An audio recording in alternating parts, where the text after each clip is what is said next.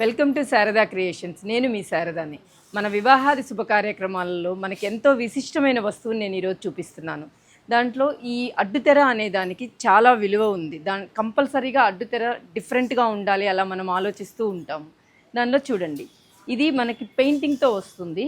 చాలా నీట్గా ఉంటుంది. చూడండి, శ్రీరాములు వారు సీతాదేవిది. ఇప్పుడు మనకు నార్మల్గా పెళ్లి అడ్డుతెరలో స్వస్తిక్ ఉంటే చాలా మంచిది అంటున్నారు. అలా ఈ స్వస్తిక్ని కూడా చూడండి, అటు సైడ్ ఓం, ఇటు సైడ్ శ్రీ అని. ఇలా మీకు డిఫరెంట్గా ఎలా కావాలి అన్నా నేను రెడీ చేస్తాను. ఇందాక స్వస్తిక్ ప్లెయిన్గా ఉంది, లేదు ఇంకొంచెం మాకు బెటర్గా గ్లిటరీగా ఉంటే నచ్చుతుంది అన్న వాళ్ళకి ఇది సెలెక్ట్ చేసుకోవచ్చు.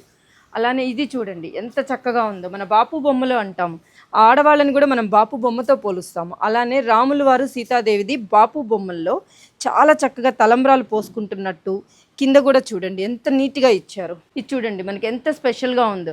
శంకు చక్ర నామాల్లోనే శ్రీనివాసుడు అమ్మవారు మన ఇంటికే వచ్చినట్టు, మన పెళ్ళికి వాళ్ళు వచ్చినంత బాగుంది చూడండి. అలానే ఇది కూడా చూడండి, శంకు చక్రాలు నామము వస్తుంది. దీంట్లో అమ్మవారి అయ్యవారి ఫేస్లు ఉండకుండా నీట్గా ఉంటుందన్నమాట. ఇది చూడండి ఇంకా అసలు మీకు సూపర్. ఇది మనకి పెళ్లికి సంకేతం, కొంగుముడి అంటాము, లేదా ఇది కంపల్సరీగా ప్రతి ఒక్కళ్ళు పాటించేది. దీనిలో ఇది హైలైట్ అవుతుందన్నమాట. శంకుచక్ర నామాలు ఇందాక చూసారు, అలా కాకుండా నామంలోనే అమ్మవారు అయ్యవారు వచ్చి గోవు అనేది మనకు అన్నిటికీ శుభసూచకం కాబట్టి ఈ గోవుని ఇవ్వడం జరిగింది.